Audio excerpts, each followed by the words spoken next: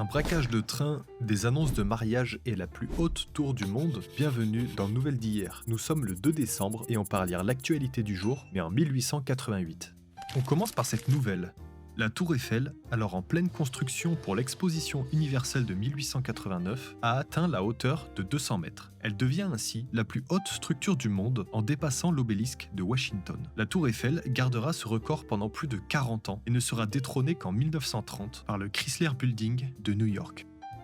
Concernant les faits divers, on note un braquage de train à Arras, dans le nord de la France. Les malfaiteurs auraient utilisé une fausse clé pour ouvrir le wagon postal. Ils auraient volé pour plus de 50 000 francs de marchandises, une somme colossale pour l'époque qui correspond à environ 50 fois le salaire annuel d'un instituteur. Pour terminer sur une touche plus romantique, il est temps de lire les petites annonces matrimoniales. Il est plutôt courant à l'époque d'utiliser les journaux, soit pour rencontrer son âme sœur, soit pour arranger un mariage entre deux personnes fortunées. On peut lire dans ces annonces « Jeune homme, très honorable, industriel avec titre de 300 000 francs », ce qui signifie qu'il possède des actions à hauteur de 300 000 francs, désire épouser jeune fille, d'excellente famille et d'excellente éducation, de 18 à 20 ans et de 300 000 francs de dot, ce qui est l'argent apporté par l'épouse au mari. La deuxième annonce est sensiblement pareil. S'il n'est pas exclu que ces deux hommes trouvent l'amour, on comprend qu'ils sont là avant tout pour un mariage arrangé. C'est tout pour les actualités du 2 décembre 1888. Je vous dis à bientôt pour plus de nouvelles d'hier.